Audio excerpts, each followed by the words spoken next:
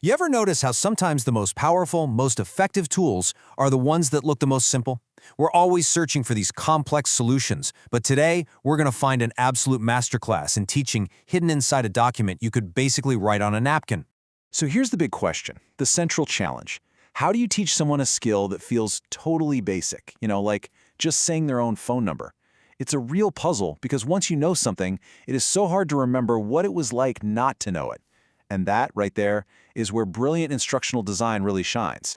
And our case study for this is this very, very simple script. We're not just going to read it, though. We're going to deconstruct it. Think of it like an architectural blueprint for how we learn. It looks basic, but trust me, every single line is there for a reason. Okay, so the very first thing we see is the goal, and it's stated with perfect clarity. Students can say their phone number, address, and zip code. That's not vague at all, right? It's a concrete, measurable outcome. This is the foundation that everything else is built on. You know exactly where you're headed from the get-go. So how does the script actually get there? Well, it follows this classic, incredibly powerful teaching framework that you might have heard of. I do, we do, you do. It's simple. First, the teacher shows you how it's done. Then, the whole group practices together. And finally, the student does the skill all by themselves. Let's see how this script just nails this process with surgical precision. All right, first up is stage 1, the teacher's model. This is the I do part. This whole phase is about giving a flawless example, leaving absolutely zero room for any confusion. And notice the teacher doesn't just rattle off the numbers. They model the full, correct sentence. My phone number is. This gives the learner the whole linguistic package. It's clean, it's direct, and it's perfectly repeatable. And we see the exact same thing with the address. Look at how it includes every single element in the right order. Street, apartment, city, state, zip. The teacher is modeling the full, complete answer, setting this really high, clear standard right from the very beginning. Okay, next up is stage 2, guided practice. This is the we do. And this is such a crucial bridge between just watching someone do something and then doing it yourself. It's a low-stakes, supportive space where everyone gets to practice together. The key instruction here is repeat. See, this isn't a test. It's a command to just mimic that perfect model we just heard. This group repetition gets the sound, the rhythm, the feel of the sentence into everyone's head all at the same time. Now, this group thing is so powerful because it builds confidence. Nobody is on the spot, right? So if you make a mistake, it just gets lost in the crowd. But even more importantly, it reinforces the grammatical structure, basically burning that "my phone number is" template into your brain.